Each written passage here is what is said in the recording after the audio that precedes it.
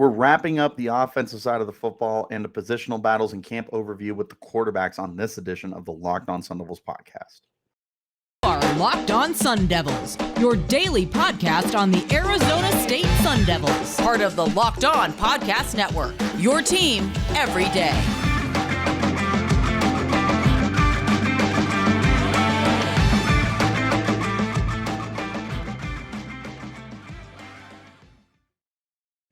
Hello and welcome back to the Locked On Sun Devils podcast, part of the Locked On Podcast Network, your team every day. My name is Richie Bradshaw, and I will be your guide for everything Arizona State Sun Devils. Thank you guys, as always, for tuning in. Wherever you're getting your podcast, make sure you hit like and subscribe and turn on notifications to get an update whenever we post new content. Stay in touch with that content by following me on Twitter. You can find me at RichieBrads36 and the podcast at LO_Sun Devils. Now, today's conversation is continuing our series of position-by-position camp breakdowns, positional battles, rankings, whatever you want to call it. On the offensive side of the football, we will be wrapping up with the quarterback battle. I know you guys have been waiting for this one. This is obviously the big one. It's the biggest position in football. It's the biggest position that we have the most questions about for the Sun Devils, and it's the position that might have the most intrigue when we talk about competition, because there truly is four options here. Yes, you heard me right, four. I'm not willing to stick with the big three. We have to include Jaden Conover in the conversation with Jaden Rashada, Trenton Bourguet, and Drew Pyne. We'll get into all those guys momentarily, but I want to start with Jaden Conover. Conover has quickly become the forgotten man here for Arizona State in the competition for the quarterback battle. And it's understandable why. The other three definitely have more momentum and they have more of the news line grabbing, what I can't think of what I want to call it, but they definitely are the ones that grab the headlines more, is essentially what I'm trying to say. Jaden Rashada, 4-star kid, was once a 5-star throughout the process, was up and down, decommits from Florida, comes to Arizona State. He's the prized possession of this 2023 recruiting class. Everyone wants to see him start week one with good reason. Trenton Bourguet took over last season for Arizona State, was a really, really quality quarterback for the team, and they ended up winning, 2 of their 3 games with him under center. They were able to pull off one of the biggest upsets of college football last year over Washington, and they definitely want to continue that continuity with Trenton Bourguet under center. Many are manifesting a Jake Plummer kind of senior season for Bourguet. And then, of course, there's Drew Pyne, the Notre Dame transfer who was able to help turn their season around a year ago. He was able to help the Fighting Irish get back into bowl contention and one of the better teams in the nation. They were much better with him. He decides to transfer out. He comes to Arizona State. There's all these people that are thinking he could potentially be the Bo Nix for Kenny Dillingham in his first year here. But with all those attention grabbers is Jaden Conover, who's been swept under the rug here. People forget Conover was a former 4-star prospect out of high school in Arizona. He was a not super highly recruited, but he was definitely somebody that people were keeping their eyes on. He was one of the top prospects in the state of Arizona when he went to BYU. Before not getting the opportunity he was hoping for, decides to come home to Arizona and decides to go to the place that he grew up around in Arizona State. He was a Chandler product, so makes sense that he would want to stay in the Valley. And with all this conversation that Kenny Dillingham has started about activating the Valley and bringing home kids, but also keeping the kids that are within the Arizona borders, to keep them and let them grow their brand and allow them to become the hometown heroes. Jaden Conover is one of the biggest examples of that. They brought in a lot of guys to return to Arizona, but perhaps none bigger than Jaden Conover. I truly believe that. And there's definitely a lot more intrigue here than people might realize. So first of all, he's only going to be a redshirt sophomore. So there's a lot of time for him to be able to develop and become a really good player for Arizona State. There is, what was I going to say? There's potential here. There's talent here. He's 6'1", 205, so he's not the biggest guy in the world, but he does have adequate arm strength. He can move around a little bit. And overall, we just haven't seen too much of him as of yet. He has just 11 career pass attempts. He's completed 5 of those for 45 yards, no touchdowns, no picks, a long of 16. We truly know next to nothing about him, which is one of the things that makes him exciting, but also one of the things that makes you very nervous about him, which makes sense why he would be the 4th quarterback at that point, is because there is just nothing that we definitively know about Jacob Conover. Now, with that being said, again, there is some reason to connect dots here for him to be one of the sleepers. At the end of the day, is he the 4th quarterback? Yes, absolutely. And like definitively the 4th quarterback. All I'm saying is don't sleep on this guy, because come camp time in late July, early August, we might be seeing an opportunity here for Jacob Conover to really get the ball rolling in the offense and get a full head of steam to be heading into the season, perhaps as higher than the 4th quarterback on the roster. That's all I'm saying. Next guy I want to talk about is Jaden Rashada. Yes, we're talking about the most exciting guy first, and that's simply because he is, similar to Conover, a complete unknown here. We have not seen him take a single snap in college, obviously, as a true freshman. That goes without saying. But it also stands to reason that this is definitely a guy who, because we don't know very much about him, we're going to be wondering what he'll look like as a freshman, because he could look really bad as he's trying to adjust to the speed of the next level for college football. Like, this is a very talented kid where he was playing at, which I can pull that up right now, Pittsburgh, California, and Pittsburgh High School. Super talented. He's got a big arm. He can run around. He has the potential to make the big plays. He has the potential to be the future of the quarterback position for Arizona State. 6'4", 175. He runs, he throws, he does it all. But we just don't know what's there for him yet. And he could struggle. He truly could. Now, he could also ball out, and he could look like head and shoulders better than everybody else on his roster, but that is yet to be seen, which is the reason why I talk about him next. This isn't even so much me ranking these guys right now. We're not going from 4 to 1 necessarily. We're just talking the first 2 quarterbacks I want to mention here are the guys that we know next to nothing about. With Jaden Rashada, he's absolutely the future of the position here, okay? We can go ahead and firmly establish that. Jaden Rashada is the future of Arizona State Sun Devils football. I don't think there is any other way about it.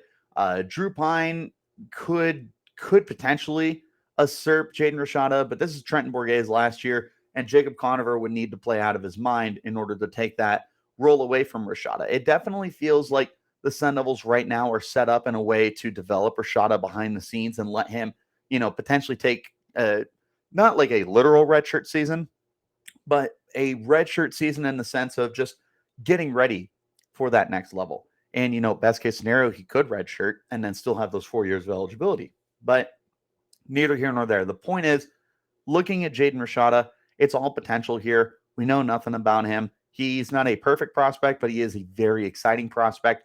It would not surprise me if he was the week 1 starting quarterback. Not one bit. For what it's worth, there is that really interesting intrigue about how, dating back to, I want to say 2016, Arizona State's week 1 starter at quarterback has worn jersey number 5. You got to think you had Emory last year. You had 3 years of, what's his name? Jaden Daniels. And was it 2 years or 3 years of Manny Wilkins? I want to say it was 3 years of Manny Wilkins. It might have just been 2 years. But after the final year of Mike Bergovici, which was the 2015 season, you had Wilkins take over. So 16, 17, 18, 19, 20. 7 straight seasons of number 5 starting week 1. Jaden Rashada is number 5, potentially the week 1 starter. It would certainly be poetic for Arizona State to keep that trend going of a quarterback wearing jersey number 5 to be the week 1 starter. When we're talking about upside, Rashada's got the most on this roster. I don't think it's really even a competition between these other 4 guys. If you're betting on potential, you're betting on upside, and you're betting on the future starting now, Jaden Rashada could be the week 1 starter. All I'm saying is don't lock him in for that role just yet. Guys, we've had a lot of great sponsors over the years with Locked On, but I tell you what, Bird Dogs has to be one of my favorites.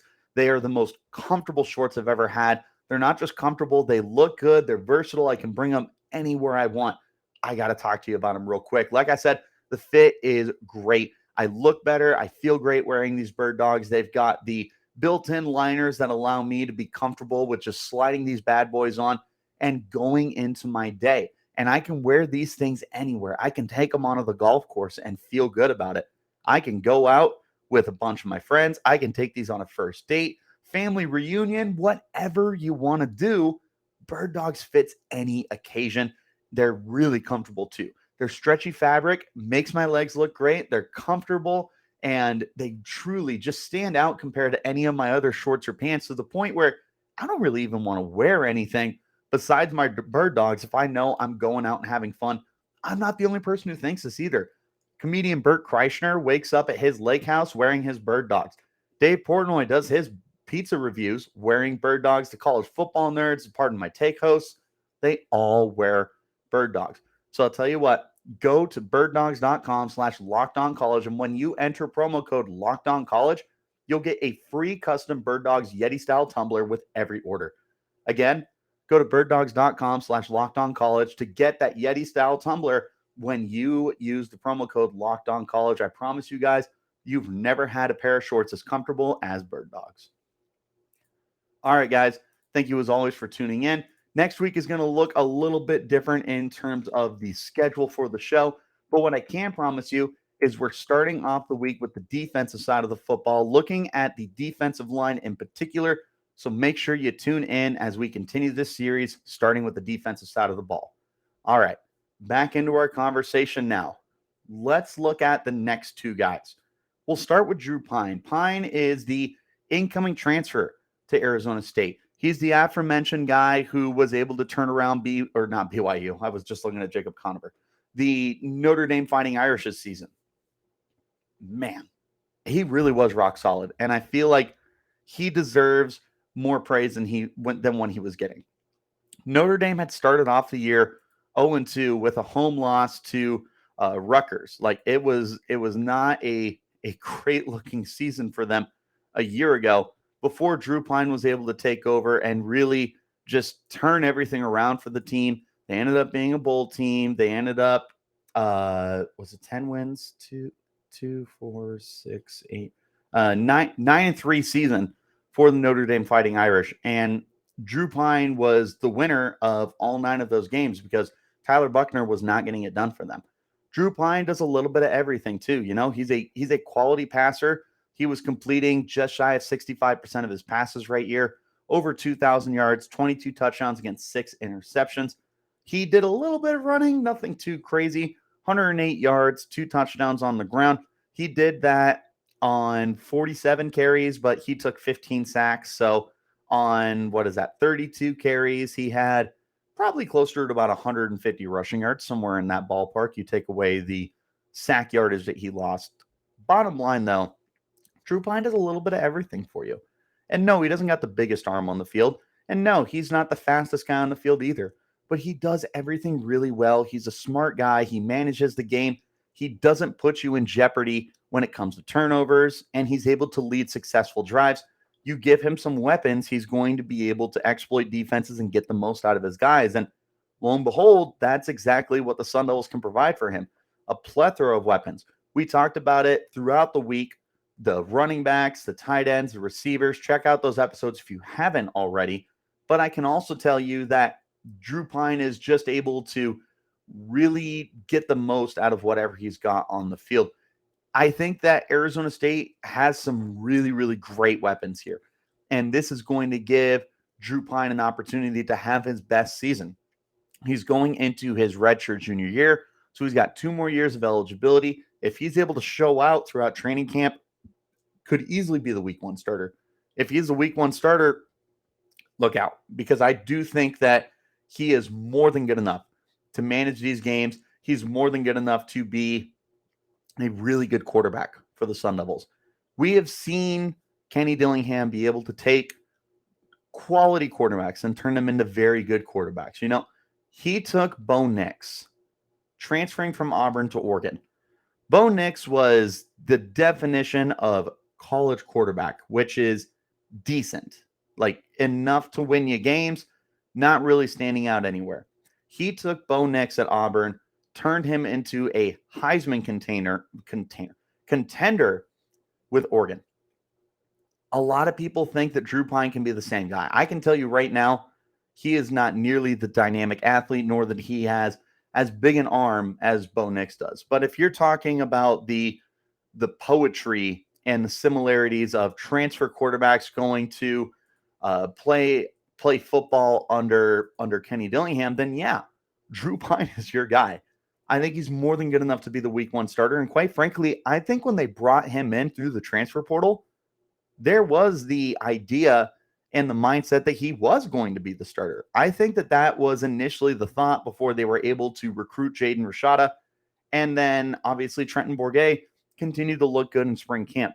I think when Pyne was brought in, he was thought of as the starter, which is one of the reasons why I think he'll have a really nice leg up over everybody else. If you asked me to take a bet on who the week 1 starter is and you gave me Drew Pyne's odds, I think I would throw a little bit of money down on it. I still don't feel confident picking any guy as the week 1 starter right now.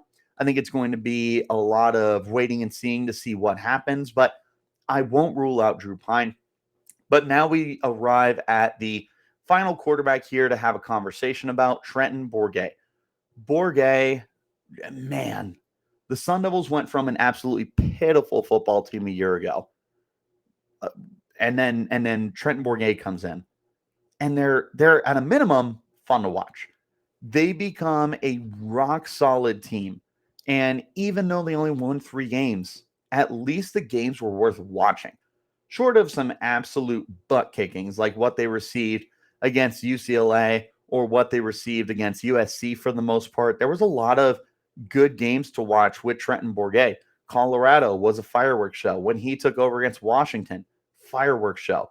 Against U of A, yeah, we ultimately lost that game, but it was still a game that was worth watching. It was a very memorable game in the history of the Territorial Cup, at least in recent years. It was a really good quality game to watch. Bourguet is coming back with the maybe not the most. Look at Drew Pyne. Yeah, not as much as Drew Pyne. Pyne threw 254 passes a year ago. Bourguet still threw for 204 passes and didn't start the whole season. He's got the most experience here, though. And he's got the most experience working with the weapons here. Yeah, they brought in a lot of guys like Guillory, Omer, but and Scadaboo at running back. But he's got established chemistry with Jalen Conyers and with Elijah Badger. And when that's your number 1 receiver and your number 1 tight end, you already have established chemistry with those guys. That's going to go a long ways in your I can't think of what the word I'm trying to use. Your argument, I suppose, to be the top quarterback on this team. He's got that opportunity. Need to watch out for Trenton Bourguet, because I truly believe that Trenton Bourguet probably has the best shot to be the week 1 starter as of right now, because he's got that established chemistry. He's going to be in his final year with Arizona State. I think he deserves an opportunity more than any of these other guys to be the week 1 starter, because he has had to fight his way to get to this opportunity for Arizona State. And he really did play well last year. Was he perfect? No, but he still was a very good option for the team. And as far as loyalties lie, no, Kenny Dillingham doesn't have loyalty to Trenton Bourguet because he didn't recruit Trenton Bourguet. But I think that the Sun Devils as a unit, kind of as a program, I guess would be a better way to word it, should have a little bit of loyalty to Trenton Bourguet. He has provided that loyalty for the team. And I think that we should reciprocate the favor. No, this isn't me saying that you have to. Not at all. At the end of the day, you just need to field the best starter that you can possibly field. But I do think that Trenton Bourguet does deserve maybe a little bit more of the benefit of the doubt, maybe some more first team reps. I don't know. That's just kind of my overall feeling about it right now looking at Bourguet, though. All right, guys, I just want to echo one more time. Make sure you tune in next week as we finish up the month of May and then begin our offseason schedule in June. We are going to be taking a look at the defensive side of the football. Make sure you tune in as we take a look at the defensive side of the football, starting with the defensive line, continuing the series. All right. Final thoughts. I really do think that this is a wide open competition. I think the Conover is definitely like more than a few steps behind these other guys, but I refuse to count him out. There's a reason they brought him in. There's a reason he fits that mantra of activating the valley. He feels like a Kenny Dillingham guy. I'm not saying he's a week one starter. I'm not saying he's going to finish higher than 4th on the depth chart. I just think he's not someone that we should be counting out. Just keep an eye on him. Jaden Rashada, he is the future. But is he the week one starter? I don't know. Drew Pyne, I think he was brought in to be the week one starter. We'll have to keep an eye on that. Trenton Bourguet has the most experience at Arizona State, has established chemistry with some of the weapons here. And at this point, he's a guy that fans resonate with. They love the underdog story. They love what Bourguet showed them last year. I can tell you that some of my family members really enjoyed seeing Trenton Bourguet start. And I know that they want to continue to see him really get that opportunity. I mentioned at the top of the show, there's that hope that Bourguet can have that Jake Plummer senior season and really just explode, help take Arizona State back to the promised land. We'll see. I still don't think this is a team that's probably bowl eligible year one, or year one of Kenny Dillingham era. I don't know if I want to commit to that. We'll wait off. I'm not going to tell you guys what I was thinking. We'll wait, and perhaps we'll revisit it. But I do like Trenton Bourguet. I do think that of these 4 guys, he should get the best shot to be the week one starter. But I do want to echo this. There's no loyalty to Trenton Bourguet to make him the week one starter. The other 3 guys are Kenny Dillingham guys. Conover and Pyne transferred because of Dillingham. Rashada committed because of Dillingham. Those 3 guys, because they have that backing of being Kenny Dillingham guys, it gives them a leg up over Trenton Bourguet. It truly does. Conover, Rashada, Pyne, all 3 of them. But then you want to talk about proving with Arizona State, Bourguet's got to step up above all of them. You want to talk about guys who really fit what Kenny Dillingham is trying to establish with his transfer guys. Drew Pyne is that. You want to talk about the future, Jaden Rashada is that. Like, you can cut this pie a million different ways and come up with a completely different order every single time on who has a starting advantage over who. Like, you truly cannot count out any of these quarterbacks here. There's opportunity for any one of these guys of the 4 to start week one. You truly can come up with a different argument and scenario for all 4 of them. So don't count out Jacob Conover just because the other 3 have more news to them, more like headline grabbing kind of attributes. Don't count out Drew Pyne just because he's not the most exciting guy on this team. Don't count out Jaden Rashada just because he's a true freshman and Arizona State is probably going to want a more veteran guy starting week one. Don't count out Trenton Bourguet just because he might be the least exciting and he might not have that same loyalty that the other 3 guys have. This is a wide open competition. And this is exactly what Arizona State Sun Devils football needs, is a wide open competition. They need any one of these 4 to have an opportunity to start week one of the season. If you had a definitive leader, cool. But with Arizona State going through these changes, I think it's more important that you have opportunity for any one of these guys to be the week one starter. This is really good competition. To me, it's a classic iron sharpens iron for Arizona State. This is the direction that they need to be going. This is the direction that I think will benefit the program the most in the long term. No matter who the week 1 starter is, they're all going to have short leashes. And we could have a different week 2 starter. We could have a different week 10 starter. We'll wait and see. But what do you guys think of the quarterback competition? Who's your week 1 starting quarterback? How would you rank these 4? Why do you want to see one guy start over the other? Let me know on Twitter. You can find me at RichieBrads36 and the podcast at LO_Sun Devils. Leave a comment on YouTube if you're watching on YouTube, but wherever you're getting your podcast, hit like, subscribe, and turn on notifications so you get an update whenever we post new content. Wherever you're getting the content, hit like, subscribe, and turn on notifications so you get updated whenever it is going on. Guys, thank you as always for tuning in. Shout out to the everydayers who are here every day, and make sure that you're here next week as we begin taking a look at the defensive side of the football for this series. Until next time, you keep it locked right here on Locked On Sun Devils.